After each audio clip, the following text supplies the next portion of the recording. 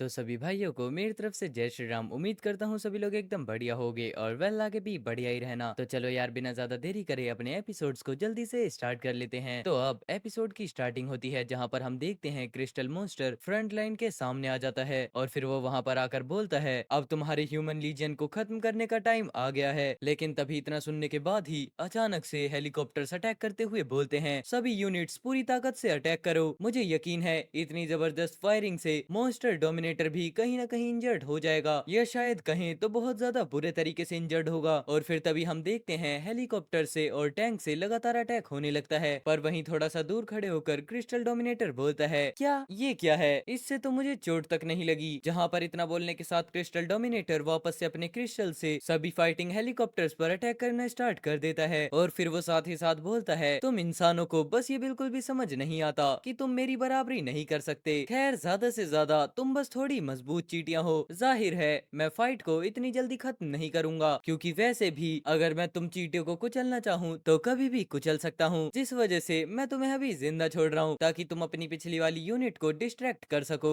और अब फ्रांसिस और न्यूबॉर्न मॉन्स्टर एम्परर, मैं ये देखना चाहता हूँ कि तुम इस तरीके के डेडलॉक से आखिरकार कैसे ब्रेकआउट करोगे। जिसके बाद सीन शिफ्ट होता है अंदर की तरफ, जहाँ पर मिस्टर शिकोंग अपने डिवाइस में चेक करते हुए बताते हैं, अच्छा तो फ्रंट लाइन की सिचुएशन ये है। लेकिन तभी सीन शिफ्ट होता है वापस से क्रिस्टल डोमिनेटर पर, जो कि बोलता है, अब तुम्हें समझ में आ गया होगा कि शुरू से ही इस वॉर का सही समय पर खत्म होना वो मेरी मर्जी पर टिका हुआ था। इसे खत्म होने का टाइम अब आ गया है। लेकिन तभी फ्रांसिस एपी किंग से बोलता है, सीनियर एपी किंग, क्या ये वाकई वैसे हुआ है जैसा कि आपने सोचा था? क्रिस्टल डोमिनेटर की असली पावर बाकी तीनों मोस्टर डोमिनेटर से कहीं ज्यादा है। जिस बात को सुनने पर फिर एपी किंग बोलते हैं, नहीं, मैंने ऐसी उम्मीद नहीं की थी। इस क्रिस्टल डोमिनेटर की छिपी हुई पावर तो सच में बहुत ज्यादा ऊपर पहुंच चुकी है। इसका एक क्लोन तुम्हें और मुझे बराबर की टक्कर दे सकता है। और तो और अब मेरी बॉडी की इंजरीज भी बहुत ज्यादा सीरियस हैं, जिस वजह से सिचुएशन हमारे लिए अच्छी नहीं है। लेकिन तभी हम देखते हैं अचानक से एपी किंग काफी ज्यादा शॉक हो जाते हैं और वो चिल्लाते हुए बोलते हैं, फ्रांसिस तुम। जितना सुनने पर फ्रांसिस अपने ओरा को रिलीज करते हुए आगे बढ़कर बोलता है, चिंता मत करो सीनियर एपी किंग, मैंने अभी तक अपनी ट्रू पावर का यूज नहीं किया था। जिसके बाद फिर फ्रांसिस के ओरा को आगे बढ़ते हुए देख क्रिस्टल डोमिनेटर बोलता है, आइस गॉड सोर्ड का ओरा पहले से बहुत ज्यादा चेंज हो गया है और तो और ये डेंजरस फीलिंग थोड़ी सी फेमिलियर भी है। क्या अभी की लड़ाई के बाद फ्रांसिस की पावर वापस से बढ़ गई है? ये वाकई बहुत ज्यादा डेंजरस ओपोनेंट है। अब यहाँ पर क्रिस्टल डोमिनेटर ये सब कुछ सोच ही रहा होता है, पर तभी पीछे से शेंगदान बोलता है, क्रिस्टल डोमिनेटर, मुझे मेरे ग्रैंडसन की ताकत के बारे में अच्छे से पता है। जब तक तुम और मैं मिलकर साथ लड़ते रहेंगे तब तक हमें बिल्कुल भी चिंता करने की जरूरत नहीं है। चलो अब स्टार्ट करते हैं। जहाँ इतना बोलने के साथ हम देखते हैं क्रिस्टल डोमिनेटर मॉन्स्टर को, जो कि अपने अटैक को प्रिपेयर करने लगता है। और वहीं शेंगदान भी फ्रांसिस पर अटैक करने के लिए आगे बढ़ जाता है। मेरे ग्रैंडसन मेरे ज्यादा रूथलेस होने पर बिल्कुल भी मुझे ब्लेम मत करना। पर अब वहीं पर शेंगदान को ऐसे आगे बढ़ते हुए देख एपी किंग सामने आते हुए बोलते हैं, शेंगदान को मैं डील कर लूंगा, तुम जाकर क्रिस्टल डोमिनेटर से डील करो। लेकिन तभी फ्रांसिस अपने इंटेंस ऑरा को रिलीज करते हुए बोलता है, सीनियर एपी किंग जल्दी पीछे हटो। और अभी सोरा को देखने के बाद एपी किंग खुद भी बहुत ज्यादा शॉक हो जाते हैं। जिसके बाद हम देखते हैं फ्रांसिस को, जो कि अपनी गॉड स्वॉर्ड का यूज करते हुए एक बहुत ज्यादा पावरफुल अटैक सामने की तरफ लैंड कर देता है। जिसकी वजह से हम देखते हैं शेंगदान को भी इस अटैक को हैंडल करने में काफी ज्यादा प्रॉब्लम्स होने लगती हैं। और नीचे खड़े हुए मिस्टर शिकोंग और लोर बोलते हैं, इस सोर्ड का ओरा कितना ज्यादा टेरिफाइंग है, क्या ये फ्रांसिस का कोई ट्रम्प कार्ड है? हाँ, अब तो लगने लगा है कि हमारे जीतने के कुछ चांसेस हैं। लेकिन तभी फिर हम देखते हैं साइड में, जहां पर फ्लेम डोमिनेटर पर भी इस अटैक का इम्पैक्ट पड़ने लगता है। और फिर वो बोलता है, क्या ये फ्रांसिस की ट्रू पावर है? मतलब क्या चालाक शेंगदान और क्रिस्टल डोमिनेटर इस सोर्ड से खत्म हो जाएंगे? जिसके बाद फिर एपी किंग भी अपने ओपिनियन को बताते हुए बोलते हैं, इस सोर्ड की पावर कितनी ज्यादा टेराइबल है। और तो और ये ओरा उस पुराने वाले पावर हाउस के जैसा सिमिलर है, लेकिन फिर भी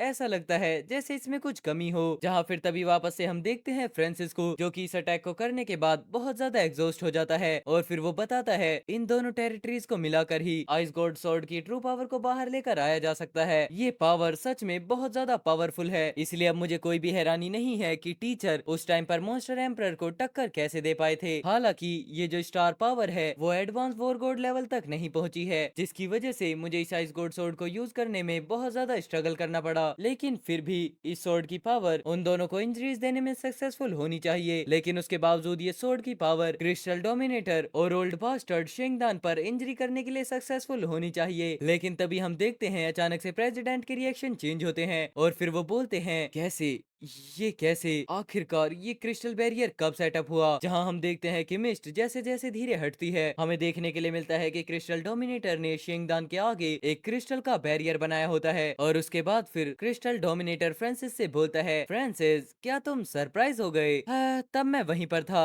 जब पिछले मॉन्स्टर एम्परर ने उस इंसानी पावर हाउस के साथ लड़ाई की थी। तो बताओ आखिरकार मैं डिफेंस क्यों नहीं करता? लेकिन तभी इतना सुनने के बाद शेंगदान क्रिस्टल डोमिनेटर से बोलता है, अब ये हमारा टर्न है। खैर इतना सुनने पर क्रिस्टल डोमिनेटर जैसे ही फ्रांसिस पर अटैक करता है, हम देखते हैं कि अपना फ्रांसिस उसके अटैक्स को डिफ्लेक्ट कर देता है। पर तभी सही मौके का फायदा उठाते हुए शेंगदान अचानक से फ्रांसिस के पीछे आ जाता है और फिर वो बोलता है, गुड बाय मेरे प्यारे ग्रैंडसन। लेकिन तभी इतना सुनने के बाद एपी किंग आगे बढ़ने लगते हैं। हे रुक जाओ। लेकिन तभी शेंगदान सिर्फ अपनी टेल की मदद से ही एपी किंग को पीछे की तरफ पुश कर देता है, तुम मेरे रास्ते में मत आओ। एंड हम देखते हैं इस अटैक की वजह से हमारे एपी किंग के हाथ की उंगलियां बिल्कुल टूट चुकी होती हैं, जिस पर फिर वो बोलते हैं, ये पावर कितनी ज्यादा स्ट्रॉन्ग है। और अब एपी किंग की ऐसी हालत को देखने पर शेंगदान बोलता है, ये तो पक्की बात है कि तुम बहुत ज्यादा इंजर्ड हो। क्यों, सही कहा ना जायंट एपी?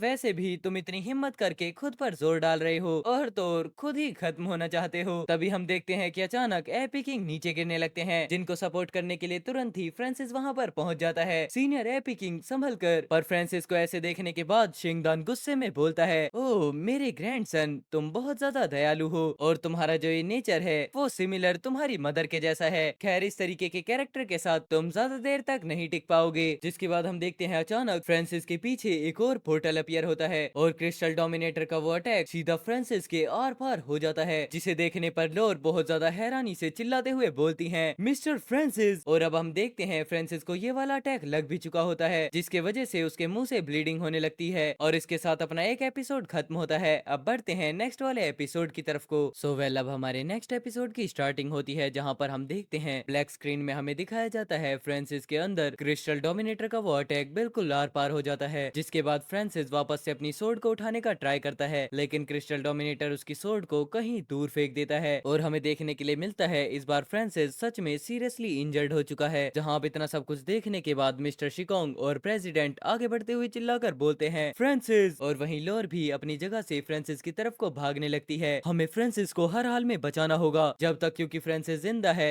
तब तक इंसानों के लिए उम्मीद बाकी है। पर तभी अचानक से गिरते हुए फ्रांसिस को शेंगदान खुद ही पकड़ लेता है और फिर वो फ्रांसिस को उठाते हुए बोलता है, तुम इस तरीके से बिल्कुल भी खत्म नहीं हो सकते। मैं क्रिस्टल डोमिनेटर से तुम्हें क्रिस्टल में सील करवाऊंगा ताकि तुम ह्यूमन रेस की पूरी हार देख सको और फिर मेरे फायदे के लिए मेरे गुलाम बन जाओ और फिर मैं तुम्हें इस डिस्पेयर में बहुत आराम से खत्म करूंगा। मेरे ग्रैंडसन, क्या तुम इस तरीके से खत्म होना पसंद करोगे? पर तभी अब यहाँ पर ये सब कुछ बातें सुनने पर फ्रांसिस बोलता है, मिस्टर शिकोंग ने कहा था तुम एक टाइम पर एक बेमिसाल स्टारफॉल एंड वॉरियर थे जिसने मॉन्स्टर लीजियन के खिलाफ काफी ज्यादा शानदार कारनामे किए थे और उसकी वजह से ही तुम वॉरगॉड शेंग फैमिली के मास्टर बने थे। तो आखिरकार तुमने इंसानों को धोखा कब दिया? पर अब यहाँ पर ये सब कुछ सुनने के बाद शेंगदान और भी ज्यादा गुस्से में आते हुए बोलता है, तुम बहुत ज्यादा ही सवाल पूछ रहे हो, अब चुप हो जाओ। पर तभी वापस फ्रांसिस अपनी बात को कंटिन्यू करता है, छोड़ो भी, मैं सच कहूँ तो सवाल पूछना ही नहीं चाहता था, पर ये सब कुछ तो मैं अपनी मदर के बिहाफ पर पूछना चाहता था। क्योंकि अब तुम जवाब नहीं देना चाहते तो जब अब तुम वहाँ नीचे जाओ तो मेरी मदर को खुद बता देना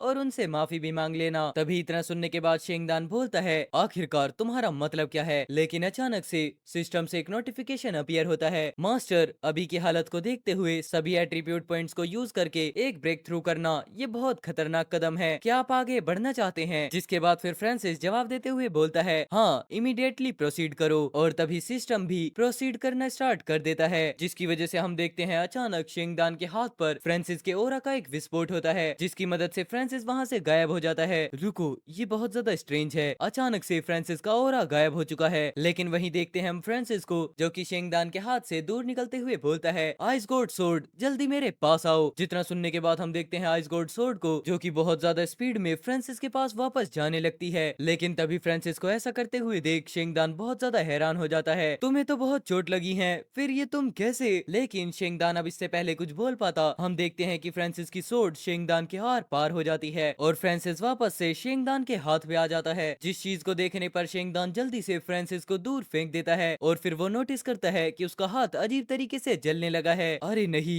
मेरी उंगलियां, उन्हें काट दिया गया। आखिरकार ये हो क्या रहा है? इस बच्चे की पावर अचानक इतनी स्काई रॉकेट कैसे हो गई? लेकिन तभी इतना सुनने के बाद पीछे खड़ा क्रिस्टल डोमिनेटर बोलता है, इतना अजीब क्या है? एक इंटरमीडिएट वॉरगॉड से एडवांस वॉरगॉड बनने पर किसी की भी पावर एकदम से बढ़ जाना, ये बिल्कुल नॉर्मल है। बस मैंने फ्रांसिस से ये उम्मीद नहीं की थी कि वो बैटल के बीच में ही ब्रेक थ्रू कर लेगा। और तो और हम इस बात को भी इग्नोर कर रहे थे कि फ्रांसिस अभी भी इंटरमीडिएट वॉरगॉड स्टेज पर था, जहां हम देखते हैं इतना बोलने के साथ ही फ्रांसिस को, जिसके चारों तरफ दो टेरिटरीज आपस में गैदर होने लगती हैं, जिनमें से एक होती है फ्लेम टेरिटरी और दूसरी होती है आइस गॉड टेरिटरी। एंड साथ ही साथ अब फ्रांसिस के इस पावर को देखने पर प्रेसिडेंट बोलते हैं, फ्रांसिस ने एडवांस वॉरगॉड के लिए ब्रेक थ्रू कर लिया है। जिस चीज को सुनने पर फिर मिस्टर शिकोंग बोलते हैं, क्योंकि फ्रांसिस पहले से ही इतना ज्यादा पावरफुल है तो हम तो लगभग भूल ही गए थे कि वो पहले सिर्फ एक इंटरमीडिएट वॉरगॉड था। लेकिन अब जब फ्रांसिस ने ब्रेक थ्रू कर लिया है तो उसकी पावर किस हद तक बढ़ गई होगी। लेकिन अब यहाँ पर मिस्टर शिकोंग और प्रेसिडेंट की बात के बीच अचानक से क्रिस्टल डोमिनेटर के पपेट्स उन पर अटैक करने के लिए आगे बढ़ जाते हैं, जिन्हें देखने के बाद वॉरलॉर्ड सभी को वार्न करते हैं, सभी लोग ध्यान से।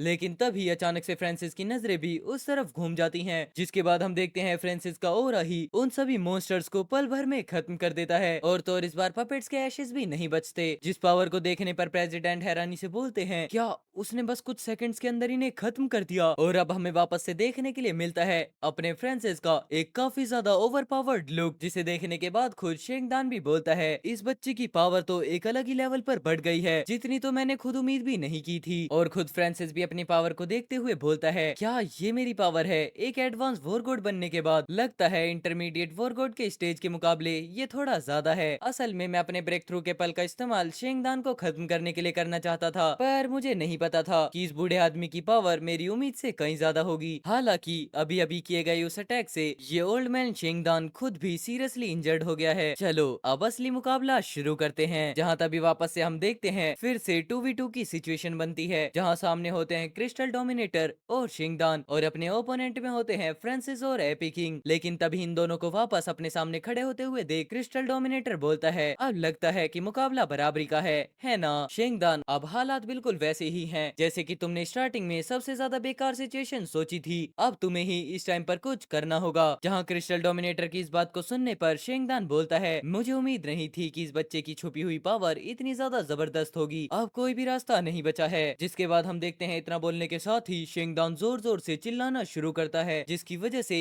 एक रेड कलर का ओरा सभी चीजों को घेरने लगता है। और जिसके बाद बनता है एक रेड कलर का डार्क ओरे वाला सर्कल, जिसके अंदर एपी किंग और फ्रांसिस भी फंस जाते हैं। और फ्रांसिस फिर बताता है, ये तो डोमिनेटर की टेरिटरी है। हाँ शेंगदान, इस आधे इंसान और आधे मॉन्स्टर के पास उम्मीद से कहीं ज्यादा पावरफुल डोमिनेटर टेरिटरी है। और इसी टेरिटरी के साथ हमारे आज के एपिसोड्स खत्म होते हैं। आई होप आपने एपिसोड को बहुत ज्यादा एंजॉय किया होगा। अगर एंजॉय किया है तो प्लीज वीडियो को लाइक कर देना, चैनल पर नए हो तो चैनल को सब्सक्राइब कर देना। चलो मैं मिलता हूँ आपसे कल दो नए और एपिसोड्स के साथ, तब तक के लिए take care, good bye and Jai Shri Ram सभी भाइयों को।